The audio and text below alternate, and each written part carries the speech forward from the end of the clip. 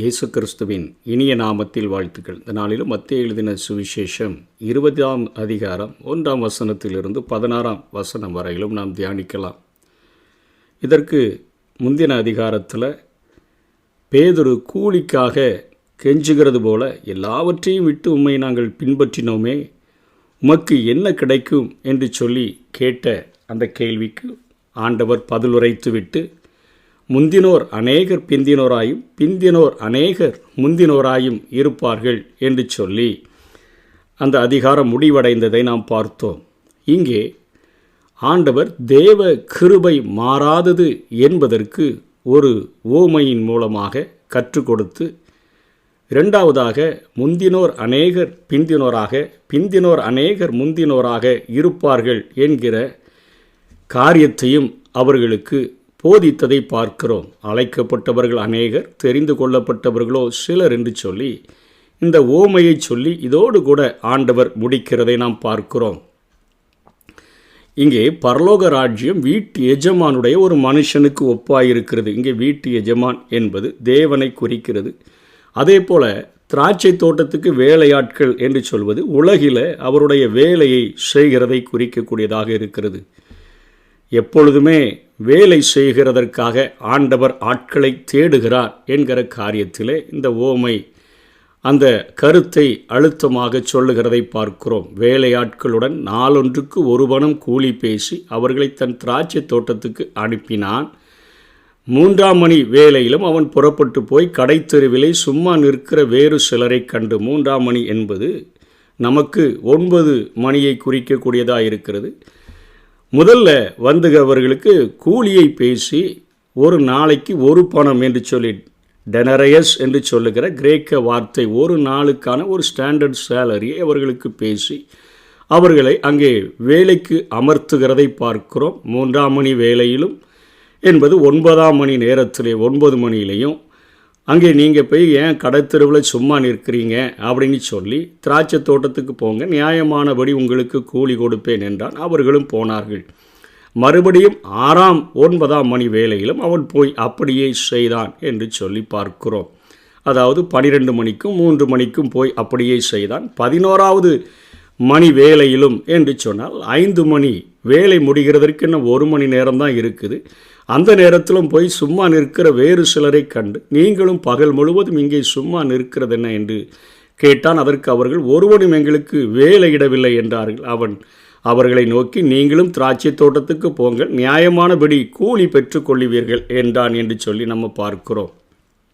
அதற்கு அவர்களும் போய் வேலை செய்கிறாங்க. சாயங்காலத்தில் திராட்சை தோட்டத்துக்கு எஜமான் தன் காரியக்காரனை நோக்கி, நீ வேலையாட்களை அழைத்து பிந்தி வந்தவர்கள் தொடங்கி முந்தினவர்கள் வரைக்கும் அவர்களுக்கு கூலி கொடு என்றான். அப்பொழுது 11ஆம் மணி வேலையில் வேலைக்கு அமர்த்தப்பட்டவர்கள் வந்து ஆளுக்கு ஒரு பணம் வாங்கினார்கள். ஒரு நாளுக்குரிய முழு சம்பளத்தையும் அவர்கள் வாங்கினார்கள்.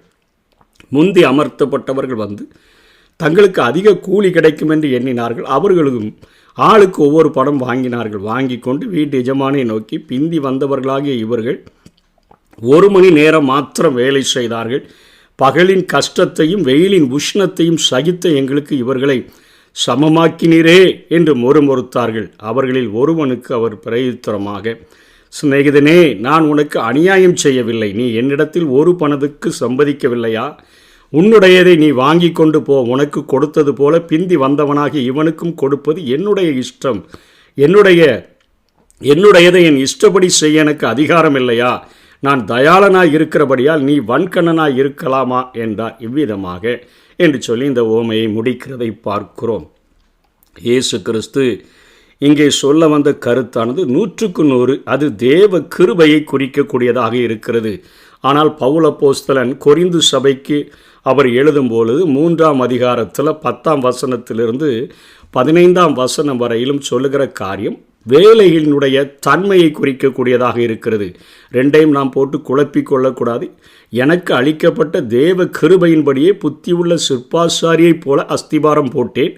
வேறொருவன் அதின் மேல் கட்டுகிறான். அவனவன் தான் அதின் மேல் இன்ன விதமாய் கட்டுகிறான் என்று பார்க்க கடவன். போடப்பட்டிருக்கிற அஸ்திபாரமாகிய இயேசு கிறிஸ்துவை அல்லாமல் வேறு அஸ்திபாரத்தை போட ஒருவனாலும் கூடாது. ஒருவன் அந்த அஸ்திபாரத்தின் மேல் பொன் வெள்ளி விலையேறப்பெற்ற கல் மரம் புல் வைக்கோல் ஆகிய இவைகளை கட்டினால் அவனுடைய வேலைப்பாடு வெளியாகும், நாளானது அதை விளங்க பண்ணும். ஏனெனில் அது அக்கினியினாலே வெளிப்படுத்தப்படும். அவனுடைய வேலைப்பாடு எத்தன்மை உள்ளதென்று அக்கினியானது பரிசோதிக்கும். அதன் மேல் ஒருவன் கட்டினது நிலைத்தால் அவன் கூலியை பெறுவான், ஒருவன் கட்டினது வெந்து போனால் அவன் நஷ்டமடைவான், அவனோ ரட்சிக்கப்படுவான், அதுவும் அக்கினியில் அகப்பட்டு தப்பினது போல இருக்கும் என்று சொல்லி இங்கே ஒவ்வொருவரும் செய்கிற வேலையினுடைய தன்மையை குறித்து இங்கே பவுலப்போஸ்தலன் அவனவன் செய்கிற வேலைக்கு தக்கதான பிரதிபலனானது அவரோடு கூட வருகிறது என்று சொல்லப்படுகிறதே, அதை குறித்து இங்கே பேசுகிறதை பார்க்கிறோம். ஒரு ஆழமான தியாகமுள்ள சத்தியங்களை கொண்டு அருமையான ஒரு மனிதனை கட்டி எழுப்ப முடியும். பொன் வெள்ளி விலையேறப்பட்ட கற்களை கொண்டு கட்ட முடியும், மரம் புல் வைக்கோல் ஆகியவைகளை கொண்டும் கட்ட முடியும். இந்த 2 காரியங்களையும் ஆண்டவர் பார்த்து அவர் அக்கினியினால் பரிசோதிக்கும் பொழுது, அதாவது இயேசு கிறிஸ்து சொன்னார, இந்த வசனங்களை கேட்டு இவைகளின்படி கட்டுகிறவன் கற்பாறையின் மேலே தன்னுடைய வீட்டை கட்டின புத்தியுள்ள மனுஷனுக்கு ஒப்பிடுவேன். மணலின் மேல் கட்டின மனிதன் இவைகளின்படி கேட்டு அதன்படி செய்யாதவன் எவனோ.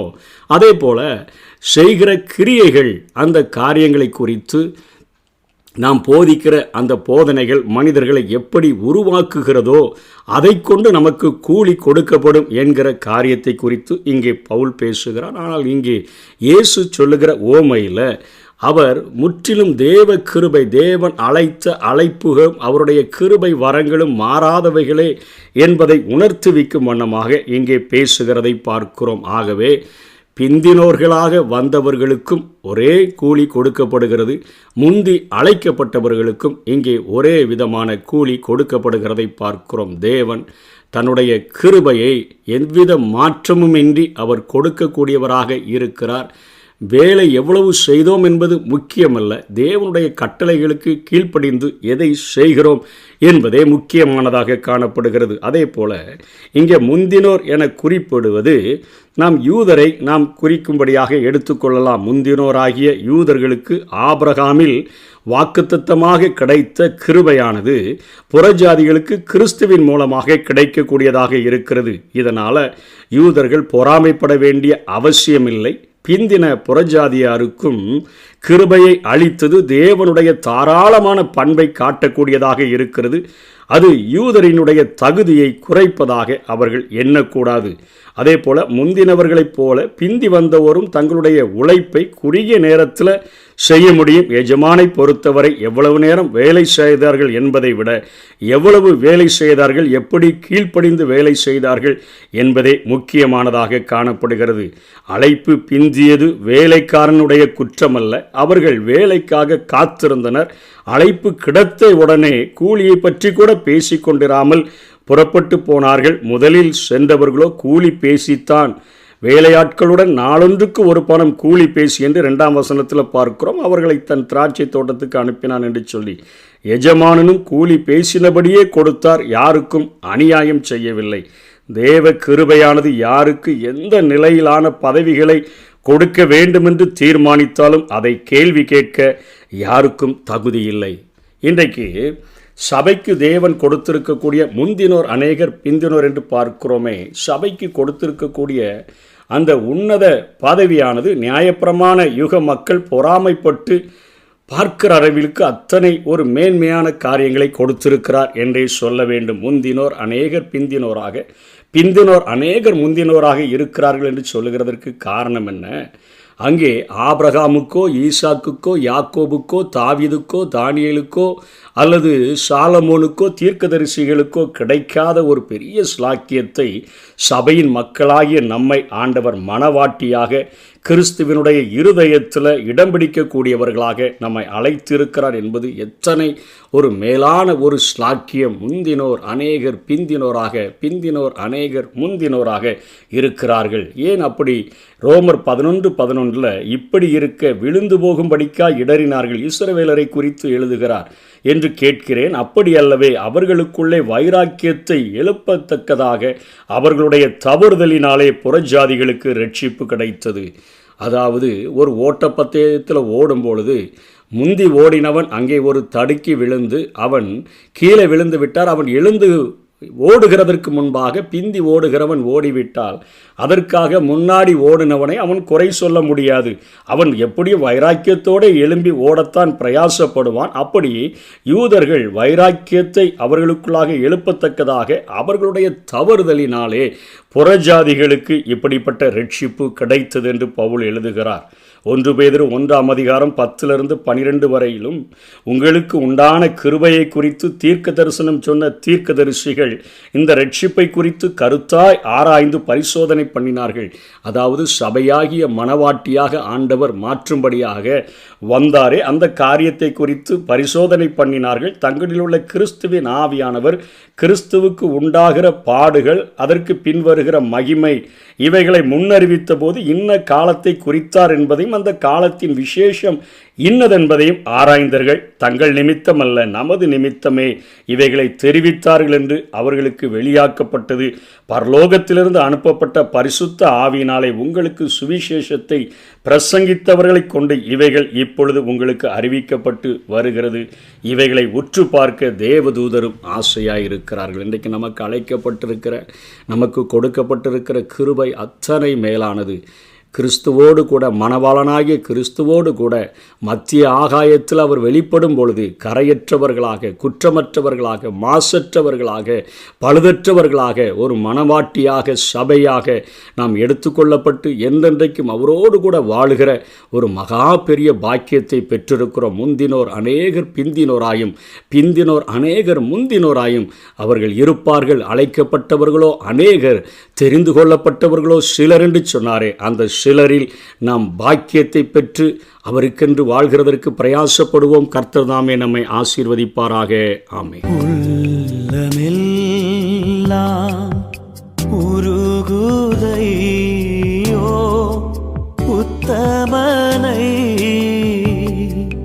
நினைக்கையிலே,